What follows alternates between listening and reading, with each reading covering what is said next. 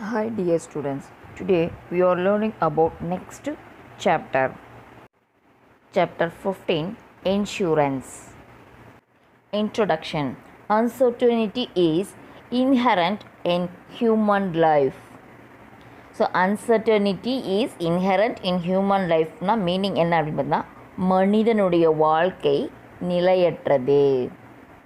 So every business is exposed to different types of risk such as fire, theft, accident, etc.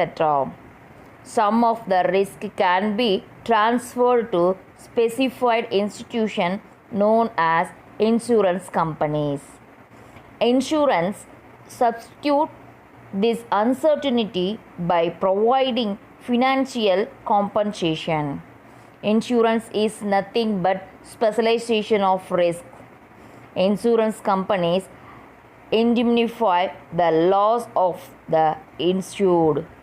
So ஒவ்வொரு தொழிலையும் எப்படி இருக்கும் அப்படின்னு பார்த்தோம்னா ரிஸ்க் இருக்கும். எந்த மாதிரி ஃபயர் இருக்கலாம், தெஃப்ட்னால் இருக்கலாம், தென் ஆக்சிடெண்ட்னால் இருக்கலாம், தீ, திருட்டு, விபத்து இந்த மாதிரியான எக்ஸ்போஸ்டு நடக்க வாய்ப்பு இருக்குது. ஸோ அதில் சில என்ன அப்படின்னு பார்த்தீங்கன்னா இன்சூரன்ஸ் கம்பெனி போன்ற அதுக்குன்னே தோற்றுவிக்கப்பட்டிருக்காங்க. ஸோ இந்த மாதிரியான நிறுவனங்களை மாற்றம் செய்ய இயலும். ஸோ இந்த மாதிரி நிறுவனங்களை மாற்றம் செய்ய இயலும். ஸோ இந்த இன்சூரன்ஸில் ஃபினான்ஸ் இழப்பீடில் வழங்குறதுக்கு மூலமாக உறுதியற்ற தன்மையை மாற்றுது. ஸோ ஏன்னா உறுதியற்ற தன்மையை அது என்ன பண்ணுது, மாற்றுது. ஸோ ஏதாவது இடர்கள் இருந்ததுன்னா அதை அந்த சமூகமயமாக்குதல் அது என்ன அப்படின்னு பார்த்தோம்னா இன்சூரன்ஸ் அப்படின்னு சொல்கிறோம். ஸோ இந்த இன்சூரன்ஸ் நிறுவனங்களில் அது அந்த இன்சூரன்ஸை பெறக்கூடிய நபருடைய இழப்பை குறைக்குது. அந்த இன்சூரன்ஸ் பெறக்கூடிய நபருடைய இழப்பை அந்த இன்சூரன்ஸ் குறைக்குது. Then next meaning and definition of insurance. Insurance is contract between the insurer and the insured, under which the insurer undertakes to compensate the insured for the loss arising from the risk insured against. In consideration, the insured agree to pay premium regularly. The person whose risk insured is called the insured or assured. The person who agrees to compensate the loss arising from the risk is called the insurer or assurer. So இதனுடைய பொருள் என்ன அப்படின்னு பார்த்தோம்னா இதனுடைய பொருள் இன்சூரன்ஸுடைய பொருள். Insurance அப்படிங்கிறது என்ன அப்படின்னு பார்த்தோன்னா அந்த இன்சூரன்ஸை தரக்கூடியவரும் அந்த இன்சூரன்ஸை பெறக்கூடியவருக்கும் இடையே இருக்கக்கூடிய ஒப்பந்தம், கான்ட்ராக்ட். ஸோ அந்த இன்சூரன்ஸை பெறக்கூடியவர் அந்த இன்சூரன்ஸை தரக்கூடியவர் ஒரு குறிப்பிட்ட ரிஸ்கால் ஏற்படக்கூடிய இழப்பை ஈடு செய்கிறதுக்காக ஒப்புதல் அளிக்கக்கூடிய ஒரு ஒப்பந்தம் தான் என்னன்னு தான் இன்சூரன்ஸ். ஸோ அதுக்கு அந்த இன்சூரன்ஸ் பெறக்கூடியவர் என்ன பண்ணுறாரு, கால முறைப்படி அதை என்ன பீரியடில் நம்ம இது பண்ணுறோம் அந்த ப்ரீமியமாக பே பண்ணுறோம் அப்படின்றது நம்ம ஒத்துக்கணும். 2 month ஒன்ஸா, 6 month ஒன்ஸா, இயர்லி ஒன்ஸா அந்த மாதிரி இருக்கும். ஸோ அப்போ நம்ம அதை ஏற்றுக்கக்கூடியது. ஸோ அப்படி இருக்கக்கூடிய ஒருவருடைய ரிஸ்கையும் அந்த இன்சூரன்ஸ் செய்யப்படுகிறதோ அவருடைய இன்சூரன்ஸ், அதாவது அந்த இன்சூரன்ஸ் பெறக்கூடியவர் அல்லது அந்த காப்பீட்டு உறுதிய பெறுநர் அப்படின்ட்டு சொல்லக்கூடியதாக இருக்கும்.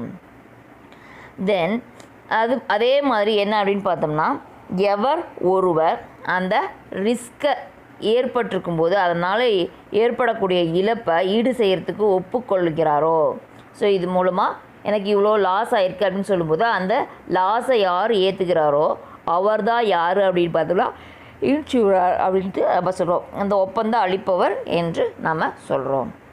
தென் insurance is a means of providing mandatory coverage against loss caused by natural or man-made factor.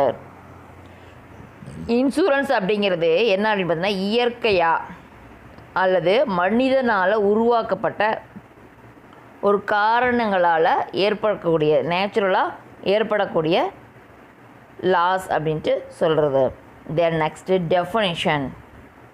Insurance is a plan by themselves which large number of people associate and transfer to the shoulder of all risk that attack to individuals according to John Mudge அப்படின்றவர் சொல்கிறார். என்ன சொல்கிறார் அப்படின்னா, தனி ஒருவருக்கு ஏற்படக்கூடிய இடர் பலர் ஒன்றிணைந்து தங்களுடைய தோள்களை பகிர்ந்து கொள்ளக்கூடிய திட்டம் தான் என்ன என்பது இன்சூரன்ஸ். ஒருத்தருக்கு ஏற்படக்கூடிய இழப்பு 10 பேர் 20 பேர் 50 பேர் இந்த மாதிரி பலர் ஒன்றிணைந்து சேர்ந்து அந்த பகிர்ந்து கொள்ளக்கூடியதான் என்ன அப்படின்னு பார்த்தா இன்சூரன்ஸ் அப்படின்ட்டு யார் சொல்கிறாங்க அப்படின்னு பார்த்தா ஜான் மர்ஜ் அப்படின்றவர் சொல்கிறாரு. Then next principles of insurance. Insurance concept was started to distribute risk among group of people. Cooperation is the basic principle behind every insurance contract. The following are the important principles of insurance. First, இன்சூரன்ஸினுடைய என்ன சொல்லியிருக்காங்க principles என்னென்ன. So இது பலரால் பகிர்ந்து கொள்ளப்படக்கூடிய இது அப்படின்னு சொல்கிறாங்க. என்ன இன்சூரன்ஸ்னால், ஸோ ஒவ்வொரு இன்சூரன்ஸ்லேயும் ஒவ்வொரு மாதிரியான ஒப்பந்தம் இருக்கும். ஸோ அது எப்படி இருக்கும் அப்படின்ட்டு பாரு. First one, almost good faith, மிக்க நம்பிக்கை. According to this principle both insurer and insured should enter into contract in good faith. Insured should provide all the information that impact the subject matter. Insurer should provide all the details regarding insurance contract. Both the insurer and the insured should display good faith towards each other in regard to the contract. இப்போ நம்ம first என்ன, almost good faith means மிக்க நம்பிக்கை. So இதில் இந்த பிரின்சிபலில் என்ன சொல்லியிருக்காங்க அப்படின்னு பார்த்தோன்னா, இன்சூரன்ஸு தரக்கூடியவரும் மற்றும் இன்சூரன்ஸை பெறக்கூடியவரும் மேலே ரொம்ப நம்பிக்கை இருக்கணும். அதனுடைய அடிப்படையில் தான் அந்த ஒப்பந்தம் ஈடுபடுது. ஸோ இந்த இன்சூரன்ஸ் எப்படி வருது அப்படின்னு பார்த்தோன்னா, அந்த இன்சூரன்ஸை பெறக்கூடியவருடைய கருப்பொருள் என்ன அப்படின்னா அதை பற்றி அனைத்து உண்மைகளையும் அந்த இன்சூரன்ஸு தரக்கூடியவருக்கு தெரியப்படுத்தணும். அதாவது அந்த இன்சூரன்ஸ் தரக்கூடியவருக்கு அந்த இன்சூரன்ஸ் ஒப்பந்தத்தில் இருக்கக்கூடிய அனைத்து தகவல்களையும் இன்சூரன்ஸ் பெறுநருக்கு தெரிவிக்கணும். இன்சூரன்ஸ் தரக்கூடியவர் இன்சூரன்ஸ் பெறக்கூடியவருக்கு இடையே இருக்கக்கூடிய ஒப்பந்தம் தான் என்ன அப்படின்னு பார்த்தோம்னா இந்த இன்சூரன்ஸ். நம்பிக்கை, நல்ல நம்பிக்கை இருக்கணும். ரெண்டு பேர்த்துக்கு இடையே இருக்க ஒப்பந்தம் தொடர்பாக எப்படி இருக்கணும், குட் ஃபெய்த்து இருக்கணும். For example, mister M is a heart patient but he hides this fact to the LIC while taking a life policy. On his death due to a heart attack, LIC can refuse to pay compensation to his legal representative because a material fact was not disclosed by the insured. அப்போ M அப்படின்றவருக்கு என்ன எப்படி இருக்கிறாரு அப்படின்னு பார்த்தீங்கன்னா ஒரு heart patient. So அதனால் அவர் என்ன பண்ணுறாரு, எல்ஐசி நிறுவனத்தில் அவங்களுக்கு லைஃப் இன்சூரன்ஸ் பே பண்ணும்போது அது எடுக்கக்கூடிய உண்மையை மறைச்சிட்டாரு. ஸோ அவர் திடீர்னு ஹார்ட் அட்டாக்கால் இறந்துட்டார்னா அந்த எல்ஐசி நிறுவனம் அந்த இறந்தவருக்கு சட்டப்பூர்வ வாரிசுக்கு இழப்பீடு வழங்க மறுத்துவிட்டது. ஏன் அப்படின்னு பார்த்தோம்னா அந்த எம் அப்படிங்கிறவர் உண்மையை சொல்லலை. தனக்கு தான் ஒரு ஹார்ட் பேஷண்ட்டு அப்படின்ட்டு சொல்லாத மறைச்சதுனால அது நடந்தது. Then next one, insurable interest.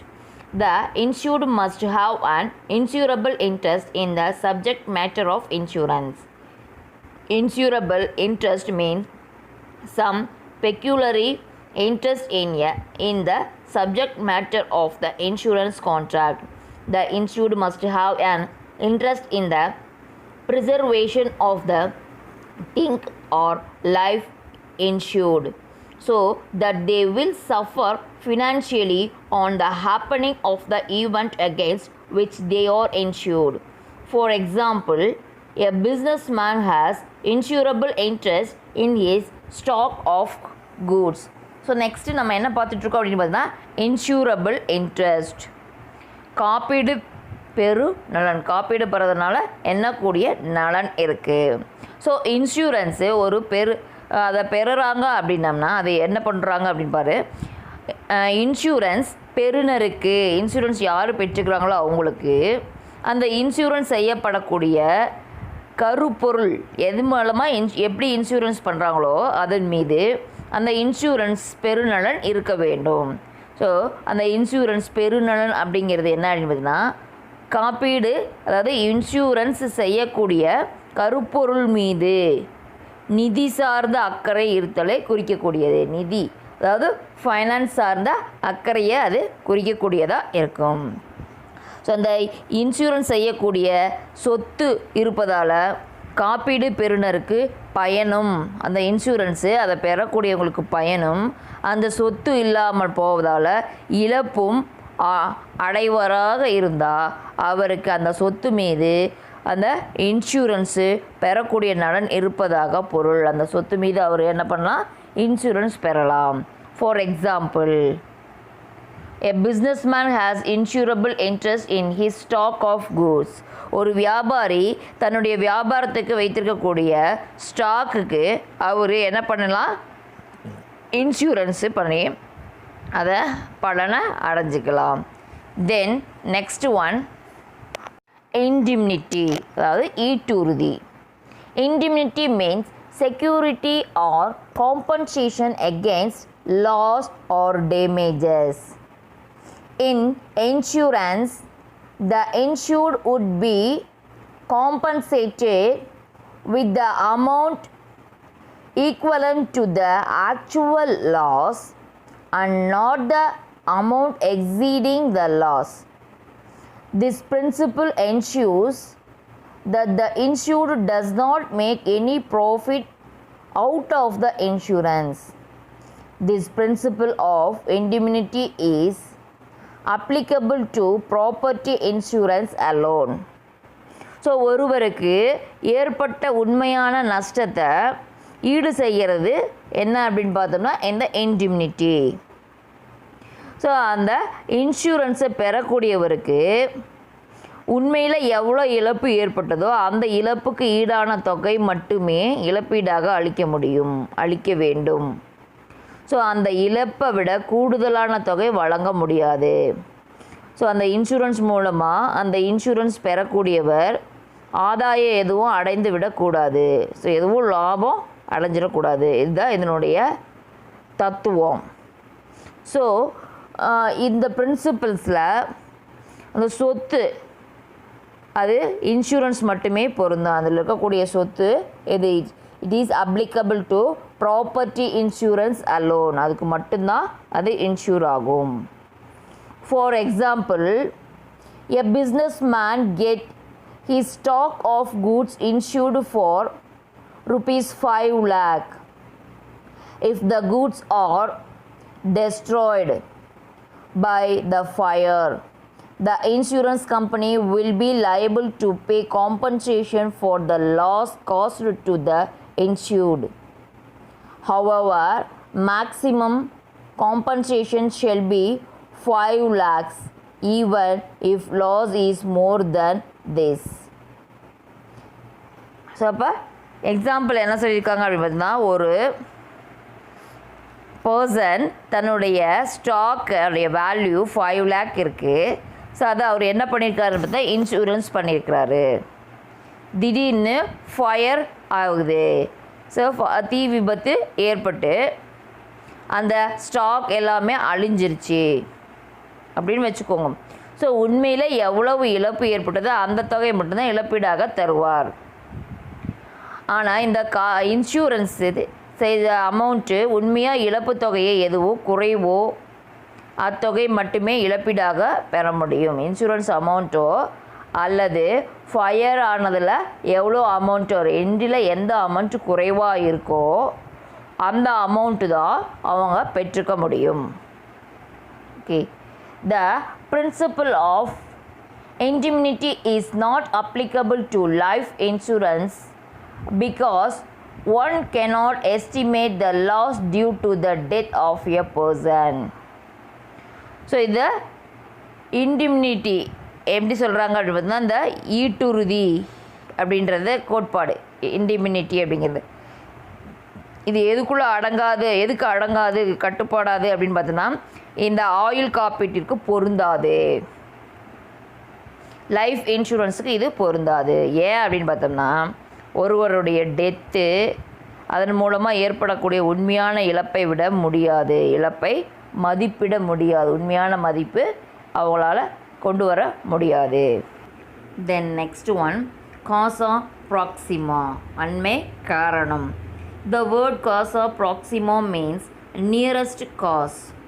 According to this principle, when the loss is the result of two or more causes, the proximate cause, that is the direct,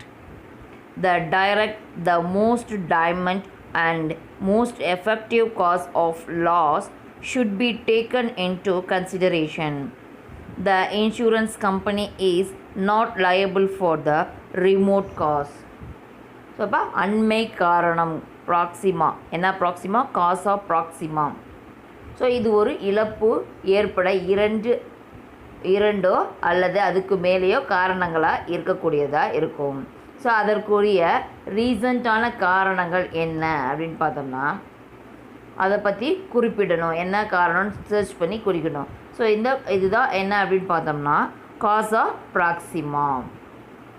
so இடர் ஏதாவது ஏற்படுது, ஸோ எது மிக முக்கிய காரணம் அதில் என்ன நம்ம கண்டறிஞ்சிட்டு ஸோ அந்த காரணத்து இன்சூரன்ஸ் ஒப்பந்தத்தில் வெளிப்படுத்தப்பட்டிருக்கா அதுக்குண்டான காரணம் அப்படின்ட்டு பார்த்து நம்ம செயல்படணும். ஸோ அந்த இன்சூரன்ஸ் ஒப்பந்தத்தில் இருக்கிறது ஏதாவது இடர் ஏற்படுவதற்கான காரணங்கள் அப்படின்ட்டு இருந்ததுன்னா அது பெற்றுக்கக்கூடியவர் கூடிய காரணங்களில் அண்மையில் ரீசண்டாக இருக்கக்கூடிய காரணம் இடம்பெற்றிருந்தால் மட்டுமே அது அந்த இன்சூரன்ஸ் தர ஒரு இழப்பீடு வழங்குவார். இல்லைன்னா அவர் என்ன பண்ண மாட்டார், அந்த இழப்பீடை வழங்க மாட்டார். ஸோ இது வேறு ஏதாவது காரணம் ஏற்பட்டுருதுன்னா அந்த இழப்பீடை அந்த தருணர் பொறுப்பேற்க மாட்டார். அந்த இழப்பீடை தரத்துக்கு அவர் என்ன பண்ண மாட்டார், பொறுப்பாக மாட்டார். In the previous example, where fire is accepted as the proximate cause of loss, and if there is no fire and goods are destroyed due to the excessive heat, the insurance company would not be liable to pay compensation. அப்போ next இதுக்கு முன்னாடி நம்ம பார்த்த எக்ஸாம்பிளில் என்ன சொல்லியிருந்தாங்க அப்படின்னு பார்த்தோம்னா அந்த இன்சூரன்ஸ் ஒப்பந்தத்தில் நம்ம என்ன பார்த்துருக்கோம், காஸ் ப்ராக்சிமா என குறிப்பிட்டிருந்துச்சு அப்படின்னா ஸோ அது எப்படி இருக்கும், அதிகமான ஹீட்டை காரணமாக அந்த பொருட்கள் அழிந்து போயிருந்தால் இழப்பு ஏற்பட்டால் அந்த இன்சூரன்ஸ் கம்பெனி அதுக்கு பொறுப்பு ஏற்காது. அந்த இன்சூரன்ஸ் கம்பெனி என்ன ஆகாது, அதுக்கு பொறுப்பு ஏற்காது. Then next one contribution. The same subject matter may be insured with more than one insurer. Then it is known as double insurance. In such a case, the insurance claim to be paid to the insured must be shared or contributed by all insurance in proportion to the sum assured by each one of them. It may be noted that in case of multiple insurance, the insured can claim the loss from any of the insurer subject to the condition that the insured cannot recover more than the amount of actual loss from all taken together. Contribution அப்படின்னா என்ன? பகிர்ந்து அளித்தல். So ஒரே ஒரு கருப்பொருளை வச்சுட்டு ஒன்றுக்கு மேலே அதிகமாக நம்ம என்ன பண்ணுறோம், இன்சூரன்ஸ் கம்பெனியில் இன்சூரன்ஸ் செய்திருந்தோம் அப்படின்னா அதுக்கு டியூயல் இன்சூரன்ஸ் அப்படின்ட்டு பேர். அந்த இன்சூரன்ஸை பெறக்கூடியவர் ஏற்படக்கூடிய இழப்பை சம்மந்தப்படுத்த இந்த இன்சூரன்ஸ் நிறுவனம் என்ன பண்ணுறாங்கன்னா அவரவர் செய்திருக்கிற காப்பீட்டுக்கு ஒப்பந்த தொகைக்கு ஏற்ப விகிதாச்சார அடிப்படையில் அவரவர்களுக்கு உள்ள பங்கில் பகிர்ந்து அளிக்க வேண்டும். ஸோ ஏன் அப்படின்னு பார்த்தோன்னா அந்த செயல் ஈச்சுறுதி கோட்பாட்டை மீறியதாகும். டியூயல் இன்சூரன்ஸ் என்ன பண்ணக்கூடாது, ஸோ இங்கே போடக்கூடாது. அதனால் அவங்க என்ன பண்ண போகிறாங்க, ஆளுக்கு பாதியாக பிரித்து தான் தருவாங்க. ஸோ 50-50 அந்த மாதிரி ரேஞ்சில் தான் தருவாங்க. இது அந்த காப்பீடு பெறக்கூடியவர் தனக்கு ஏற்பட்ட உண்மையான இழப்பை காட்டிலும் கூடுதலான இழப்பீடு பெற முடியாது. ஸோ இவ்வளோதான் இழப்பீடு இருக்குதுன்னா அதோட அதிகமாக அவங்க இழப்பீடு பெற்றுக்க முடியாது. ஸோ அந்த கோட்பாட்டின் பிரகாரம் தான் அதனுடைய அடிப்படையில் தான் அது பகிர்ந்து அளிக்கப்படுது. ஒரே இதுக்கு 2 இடத்துல இன்சூரன்ஸ் நம்ம பண்ண முடியாது. For example, a businessman get his factory insured against fire for rupees 10 lakh with insurer A and 5 lakh with insurer B. Due to fire, a loss of rupees 1,50,000 occurred. Then insurer A and B will contribute the loss in the ratio of 2:1. A will pay rupees 1 lakh and B will pay rupees 50,000. So ஒரு வியாபாரம் தன்னுடைய தொழிற்சாலைக்கு ஏ என்னும் insurance நிறுவனத்தில் 10 லேக்குக்கும் B அப்படின்ற insurance நிறுவனத்தில் 5 லேக்குக்கும் அவங்க என்ன பண்ணுறாங்க, ஃபயர் இன்சூரன்ஸ் பண்ணுறாங்க. ஸோ அவர் அந்த ஃபேக்ட்ரியில் திடீர்னு ஃபயர் ஆகிடுச்சு. அதனால் ஏற்பட்ட இழப்பு எவ்வளோன்னு பார்த்தோன்னா 1,50,000. ஸோ இந்த இழப்பீட்டை ஏ மற்றும் இ அப்படின்ற 2 இன்சூரன்ஸ் கம்பெனியும் 2:1 2:1 அப்படின்ற ரேஷியோ அடிப்படையில் ஏ 1 lakh ரூபீஸும் பி 50,000 ரூபீஸும் இழப்பீடாக வழங்குறாங்க. ஏன் அப்படின்னா அவங்க இன்சூரன்ஸ் பண்ண அமௌண்ட்டு 10 lakh 5 lakh. ஒரு கம்பெனியில் 10 lakh, இன்னொரு கம்பெனியில் 5 lakh. ஸோ அது எப்படி வரும்னு பார்த்தீங்கன்னா 2:1 அப்படின்ற அந்த ரேஷியோவில் வருது. ஸோ அதன் அடிப்படையில் தான் அவங்க என்ன பண்ணுறாங்க, அந்த 1,50,000ங்கிறதையும் அவங்களுக்கு கொடுக்குறாங்க. Then next one, subrogation. Subrogation means, subrogation என்ன அப்படின்னா பகர உரிமை. Subrogation means stepping the shoes on others. According to this principle, once the claim of the insured has been settled, the ownership right of the subject matter of insurance passes on the insurer.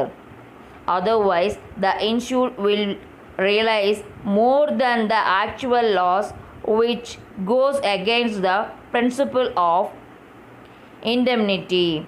This is because the insured cannot make any profit by selling the damaged property. So சப்பகேஷன்னா என்ன அப்படின்னு பார்த்தோன்னா பகர உரிமை. So அதாவது அந்த உரிமையை பகரக்கூடியது. So ஒருவருக்கு ஏற்பட்டிருக்கக்கூடிய இழப்பை அந்த இன்சூரன்ஸ் தரக்கூடியவர் ஈடு செய்த பின்னாடி அந்த இன்சூரன்ஸ் பெறுநர் தனக்குள்ளே இருக்கக்கூடிய உரிமைகளை அந்த இன்சூரன்ஸ் தருணருக்கு மாற்றி கொடுப்பதாகும். மாற்றி அந்த இன்சூரன்ஸ் தரவருக்கு அதை மாற்றி கொடுக்குறதா இருக்கும். ஸோ அப்போ இன்சூரன்ஸ் அதை பெறக்கூடியவர் தனக்கு ஏற்பட்ட உண்மையான இழப்பு எவ்வளவோ அதை விட கூடுதலான ஆதாயம் என்ன பண்ணக்கூடாது, அவங்க அடைஞ்சிடக்கூடாது. அப்படி லாபம் அடைந்தால் அது என்ன ஆகும், அந்த பிரின்சிபிளுக்கு எதிராக அமைந்துவிடும். அதாவது ஒரு சொத்துக்கு இழப்பு ஏற்பட்டு அதற்கு இழப்பீடு பெற்ற பிறகு அந்த இன்சூரன்ஸ் பெறுநர் அந்த சொத்தை விற்று ஆதாயம் அடைய முடியாது. என்ன பண்ண முடியாது, அந்த சொத்தை விற்று கெயின் பண்ண முடியாது. அதாவது அந்த சொத்தை அந்த இன்சூரன்ஸ் தரவங்களுக்கு அழிச்சிடணும். இன்சூரன்ஸ் கொடுக்குறாங்கள அவங்களுக்கு கொடுத்துடணும். For example, mister B gets his motor car insured. Some of its parts got damaged at a road accident. He gets the insurance claim and gets the damaged part replaced with new one. In this case, the damaged part will be taken by the insurance company.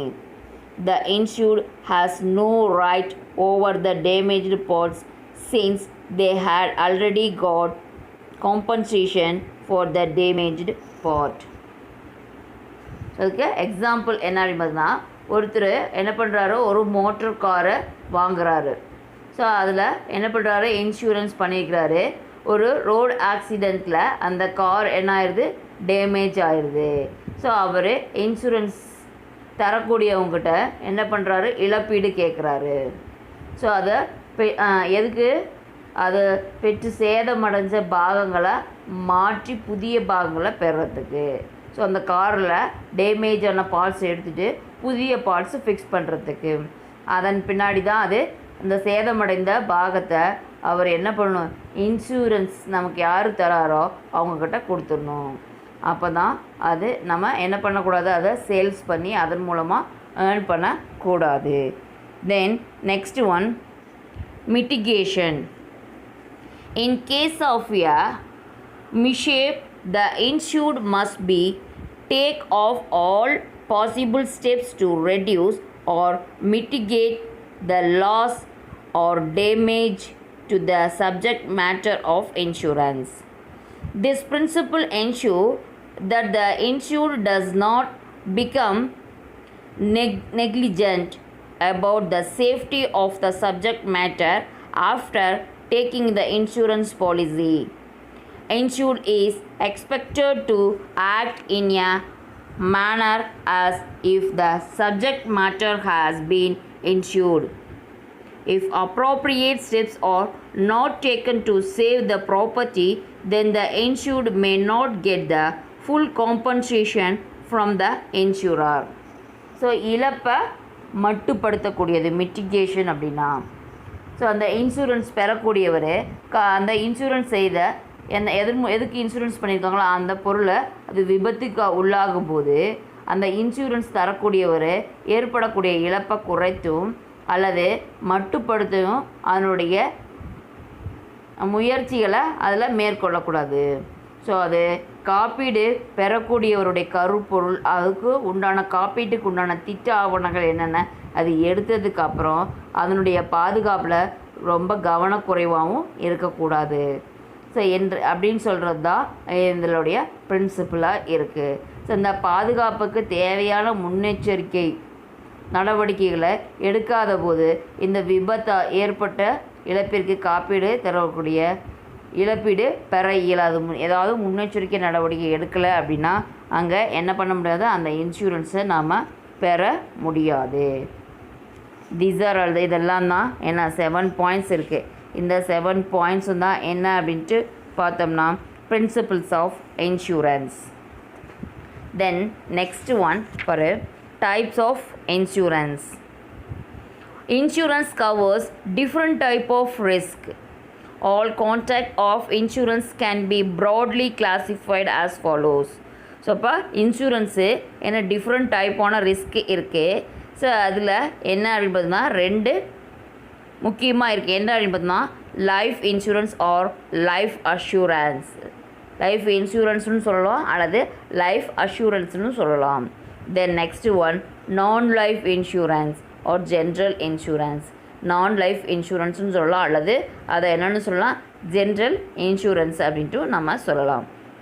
It can be further classified into fire insurance, marine insurance, health insurance and miscellaneous insurance. இது என்ன classify பண்ணுறாங்க, எப்படி ஒரு 4 விதமாக classify பண்ணுறாங்க. எப்படி fire insurance, marine insurance, health insurance and miscellaneous insurance.